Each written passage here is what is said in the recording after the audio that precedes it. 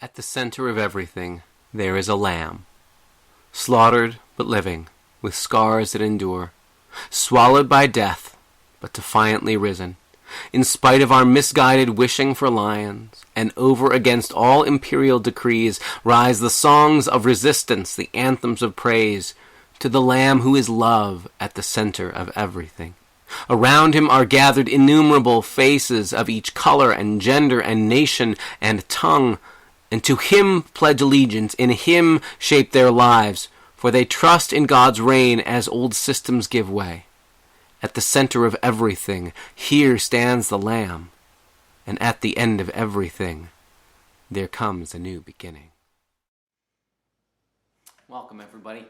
We've made it now to the final session of our series, Lamb Power, taking a look in the last 5 and now the 6th session through the book of Revelation in the New Testament. It's been quite a journey, and I appreciate all of you who've been a part of our series so far, whether you've been around the table with us in live conversation, been watching and studying along on your own, have shared questions and thoughts and insights just for sticking out in a difficult book of the Bible. But I hope that so far you found that there's really good news to be heard in this book if we're willing to allow our ears to hear what John of Patmos is trying to say, rather than us foisting onto this book our assumptions and schemes and plans for what we think it has to be saying. If we allow ourselves to hear this book as John saying, in spite of all the audacious and arrogant claims of empires of every time and place, that they have the final say and that they control life and power and everything. No, God has already won the victory.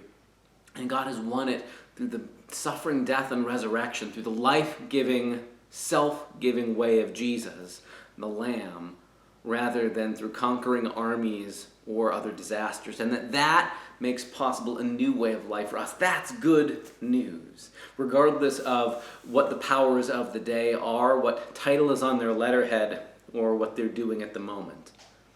Now, all that said, we are coming to what are some of the most beautiful and hopeful chapters in this whole book. In fact, this is where everything is driving. And if we stopped the series here and didn't get to the joyful word of a new creation, we'd be missing something really, really important.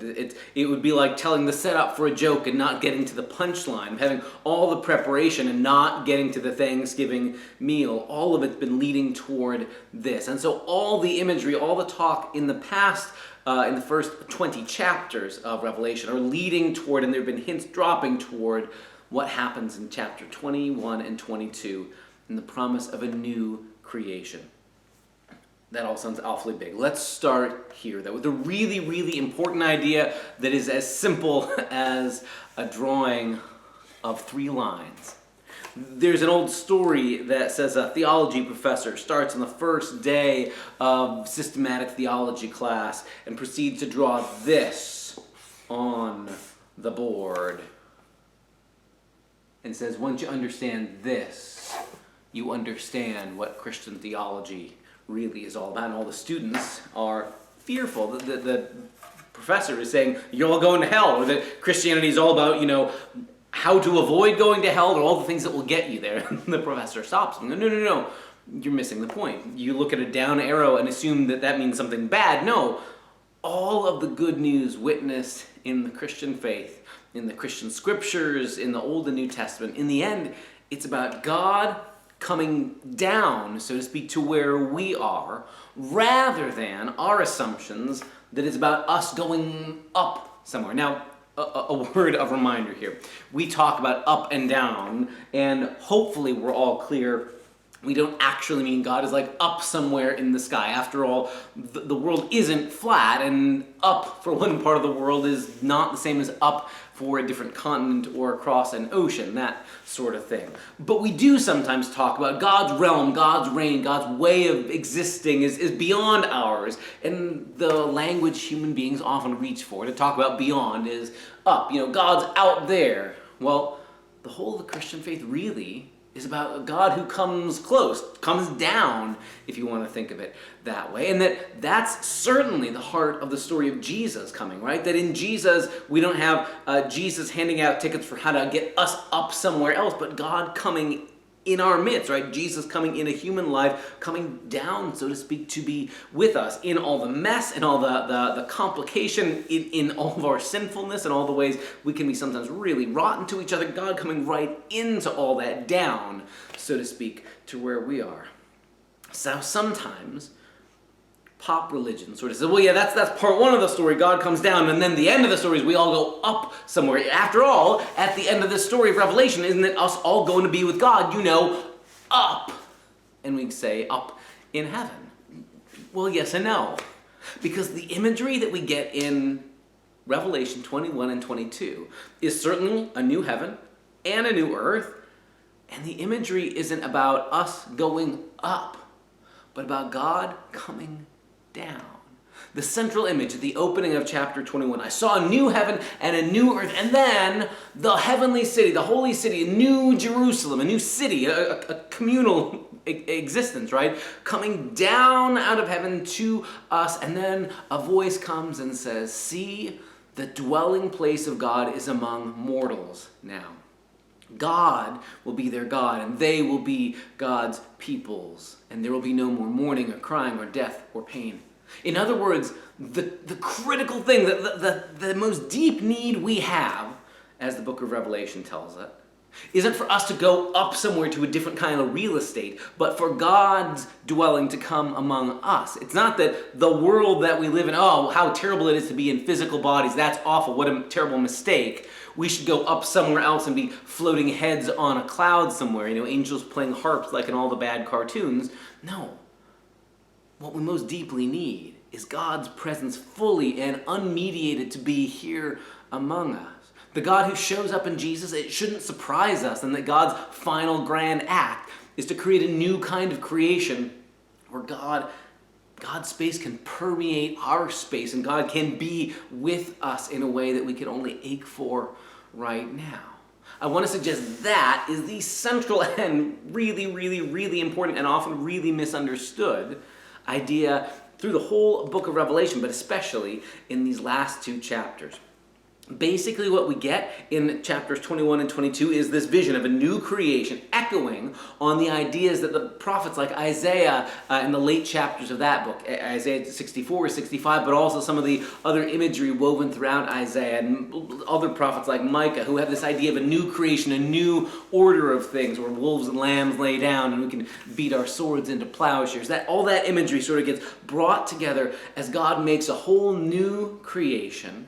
And at the heart of it, at the center is, again, the Lamb, who is Jesus, and God, the one on the throne, and these sort of interpenetrate to each other. Again, we talked in an earlier session about how this is kind of how the Bible talks Trinity without trotting out that word Trinity, that somehow God is there and Jesus is worthy of worship and is right there in the very presence of God, and yet they're overlapping, they're one and yet they're distinct. There's, the way the later church would talk about three persons in one being, Father, Son, Holy Spirit, the three persons in one being.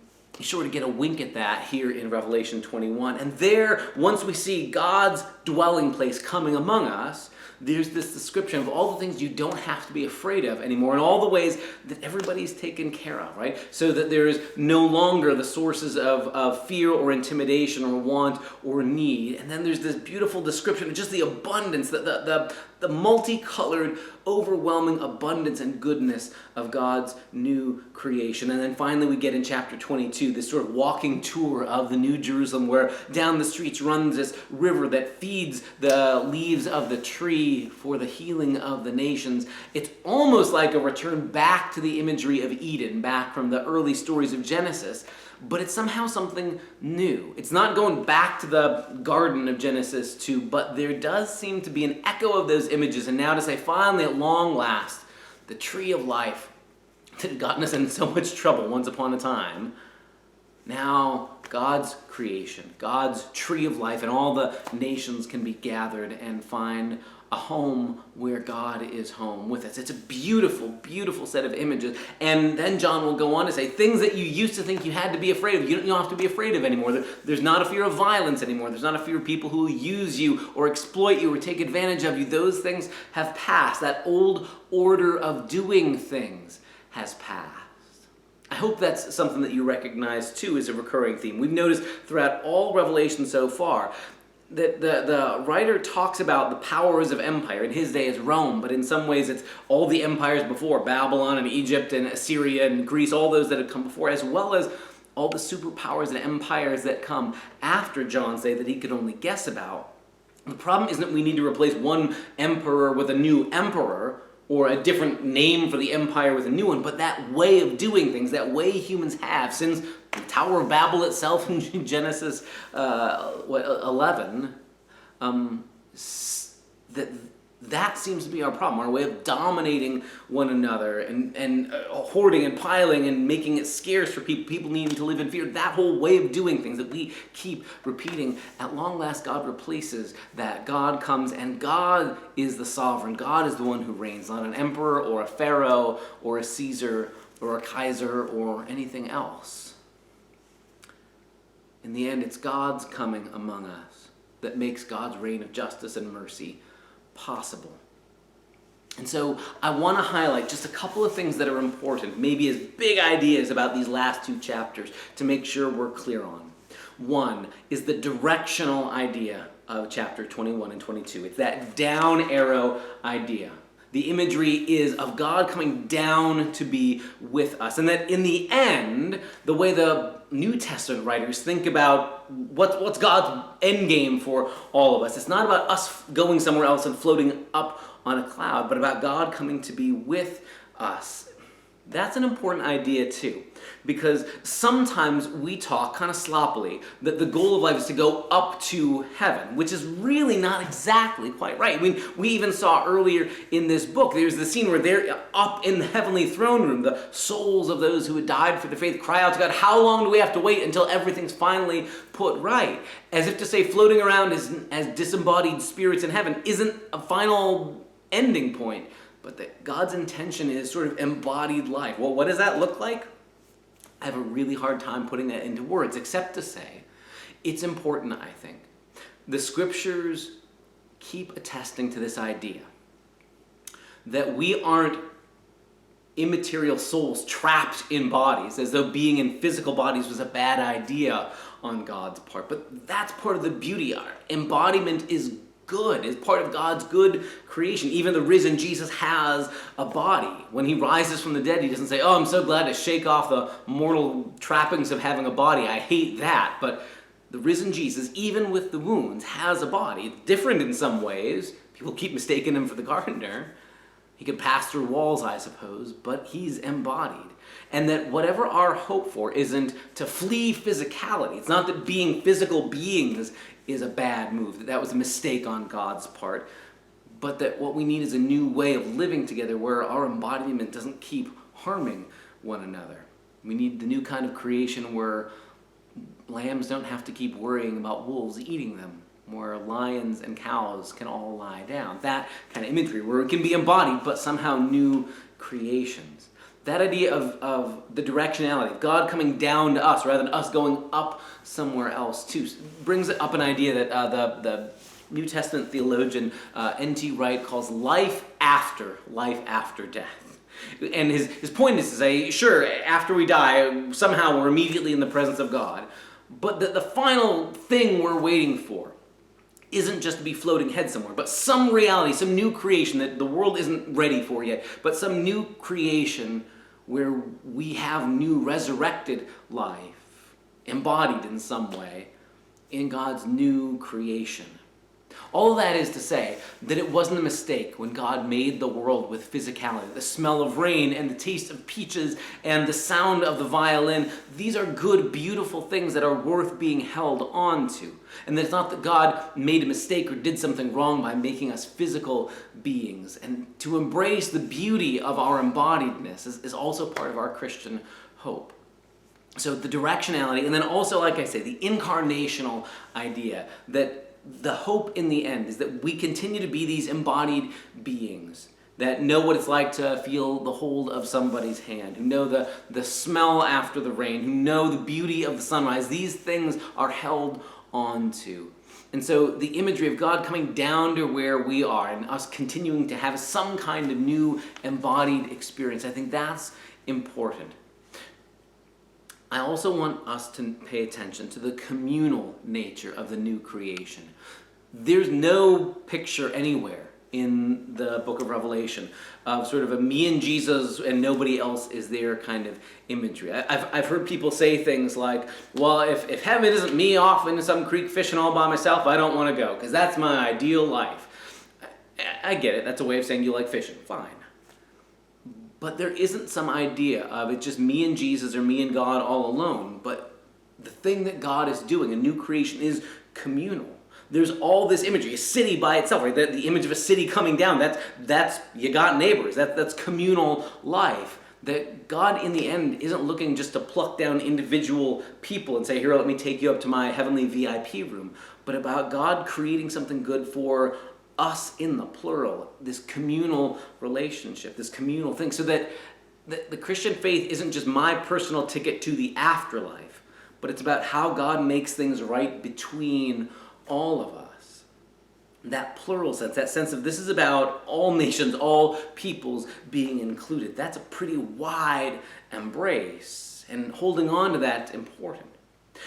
And maybe too, that helps us to see not only is God interested in the nations, like lots and lots and lots of people of different kinds, of different nationalities and languages and backgrounds, but also the diversity that's there. It's not just that there's a lot of people, but a lot of different kinds of people. We saw earlier this imagery of a multitude of people of so many languages and nations and tribes that nobody could count, all of who are gathered there singing praise to God, who are marked out as people who belong to the slain but risen Lamb. That means that when we get to glory, they don't just speak English. That means that the songs aren't just in my style or my preference or my instrumentation. It means that part of God's vision is color and difference and diversity, and those things aren't wiped away in the new creation. We hold on to those.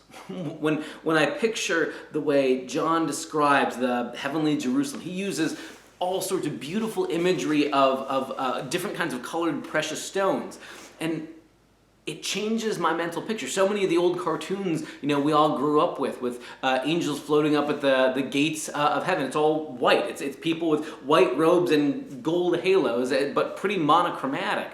But that's not the way John describes it. He describes color in all of its richness and beauty, all bursting with light, but color everywhere. Somewhere along the way, I think we settled for some picture that, one day we're going to have to go wear white all the time and be up on a cloud somewhere, and how miserably boring it will be to be in an unending church service.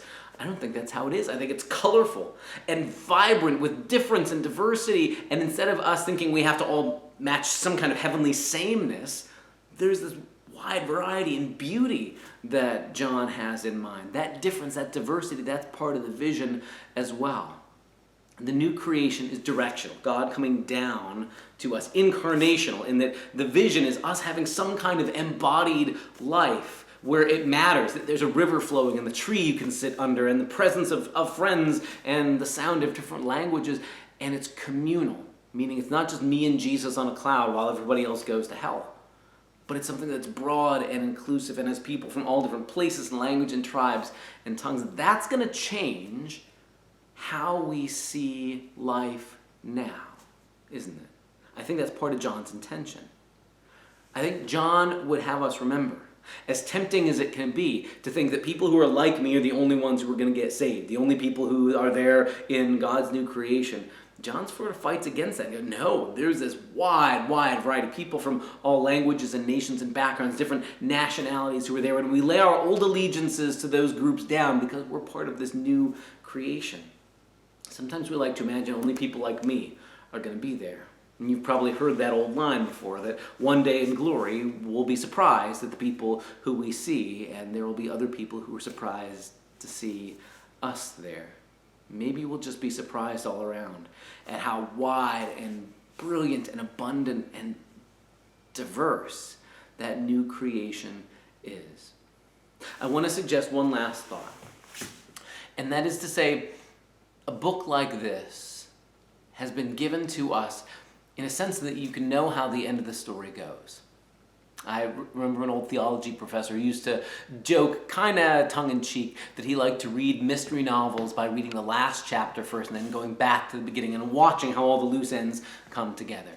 And whether or not that's good reading of a mystery novel or not, his point was theological. That Christians are people who've been given a window on the end of the story, who know that at the last, God makes a new creation that is inclusive of all kinds of people, where there's no more need or scarcity or fear or violence or greed, and we're called to live in light of that hope, knowing, yep, the world hasn't caught up to that yet.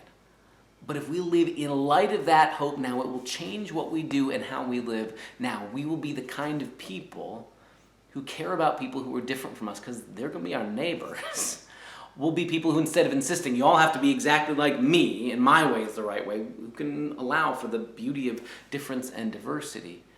We'll be people who, because we know at the last, God's victory isn't achieved by sending in armies to smash God's enemies, but has already been won in the death and resurrection of Jesus. We'll be people who don't give in to militarism or easy violence.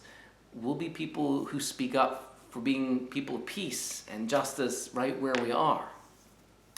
And if we can dare to hold on to those visions that ancient prophets gave us, of swords being beaten in the plowshares, or wolves and lambs lying down together, and imagine God coming down to be with us, it changes even how we see people we don't get along with right now in this life. It means, too, being able to appreciate the world in all of its beauty is a gift and not a mistake. And that our calling is to take care of the world we've been entrusted with, not because God isn't able to renew it even from ashes, but because when you've been entrusted with something beautiful, you take care of it, even if you know at some point it will be renewed or made over again.